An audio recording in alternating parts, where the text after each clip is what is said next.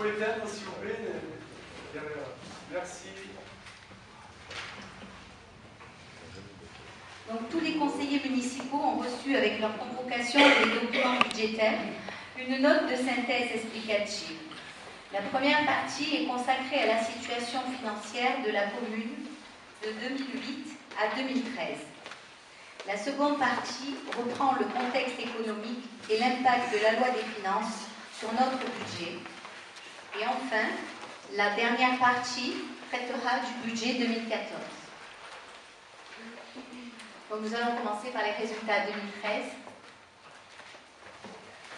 Les résultats 2013 vont ressortir un excédent de fonctionnement de 855 321 € après couverture du déficit d'investissement de 144 872 €.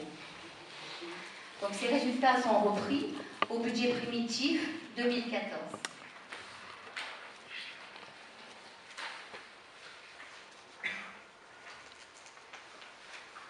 Donc, le contexte économique et l'impact de la loi des finances 2014. Dans un contexte économique fortement dégradé et pour contraindre les collectivités territoriales à participer à la baisse du déficit de l'État, la loi des finances 2014 prévoit les mesures suivantes. Donc, la revalorisation forfaitaire des bases fiscales, donc de plus 0,90%. La baisse des dotations globales de fonctionnement de moins 5,87% et une augmentation du fonds de péréquation intercommunale, le SPIC, de plus 58%. Également, l'évolution de la dotation de solidarité rurale de plus 2,76%, une évolution du Fonds national de péréquation de plus 2,83% et la reconduction de la dotation pour les rythmes scolaires de 50 € par élève.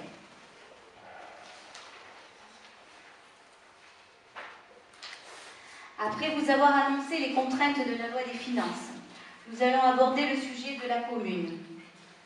Donc, le budget total de la commune pour 2014 s'élève à la somme de 12 106 260,65 €, que vous retrouvez dans votre budget à la page 6. Donc, 9 995 806,39 en section de fonctionnement. Dépenses égales recettes.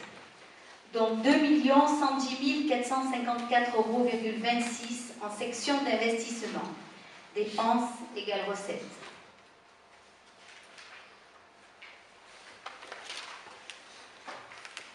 En section de fonctionnement, l'évolution est de plus 6,72%. En section d'investissement, on constate une baisse de 36,95%. Donc, nous allons voir les dépenses de fonctionnement plus précisément. Et nous commencerons par les dépenses que vous retrouvez dans votre budget à la page 15. Elles comprennent le chapitre 11, les charges à caractère général, pour un crédit de 2 596 500 €, soit plus 16,32%. Il s'agit du second poste de dépenses regroupant toutes les charges courantes nécessaires au fonctionnement de la commune.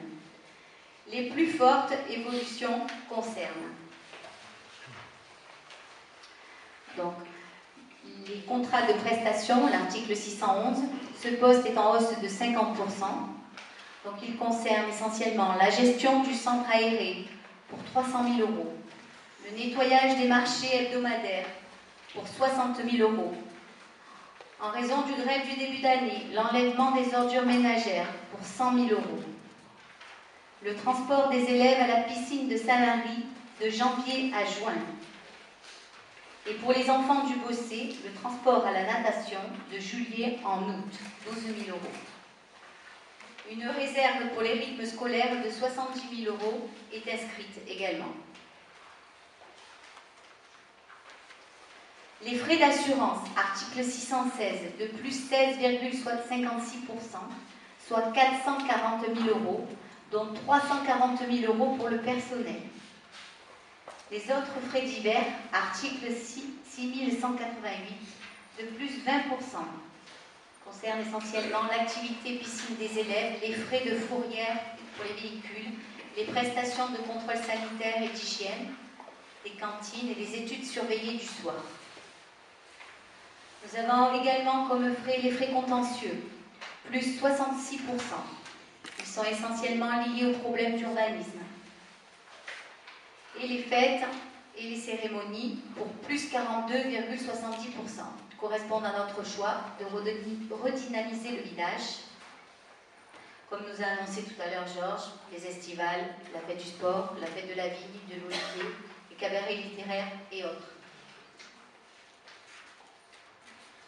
Le poste le plus important est celui du personnel, le chapitre 12.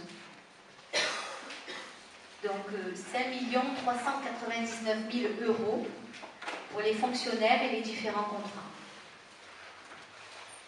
Le chapitre 013, moins 409 000 € concerne le remboursement des traitements de l'assurance et de l'État pour les contrats aidés. Le total de la masse salariale nette s'élève à 4 990 000 €.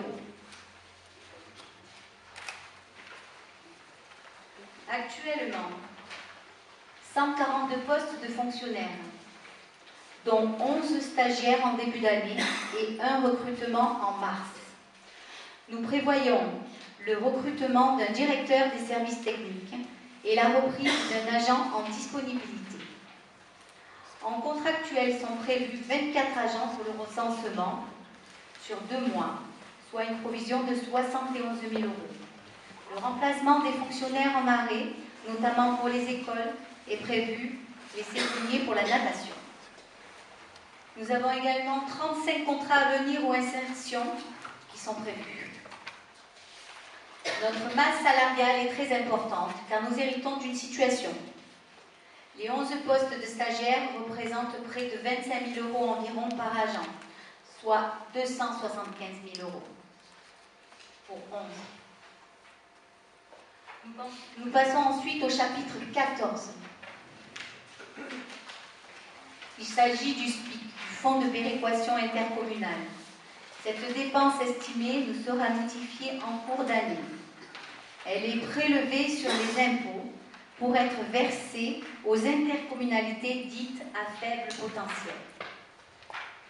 À noter, cette année encore, nous n'aurons pas de pénalité pour la non-construction de logements sociaux. L'arrêté préfectoral notifié en mars 2014 fait ressortir 1016 logements manquants. En 2015, nous aurons à prévoir une pénalité de 420 000 € environ. Donc le troisième poste concerne les autres charges de gestion courante pour 1 700 000 €, qui regroupe les indemnités d'élus, les subventions aux associations pour 155 000 €, dont vous avez le détail en page 66. Mais le détail sera présenté par Francky tout à l'heure en point 15. Les subventions à la caisse des écoles pour 108 000 € et au CCAS pour 125 000 €. Les participations obligatoires au service départemental et de secours du Var, 311 000 € et aux syndicats intercommunaux, 110 000 €. Vous avez la liste en page 13.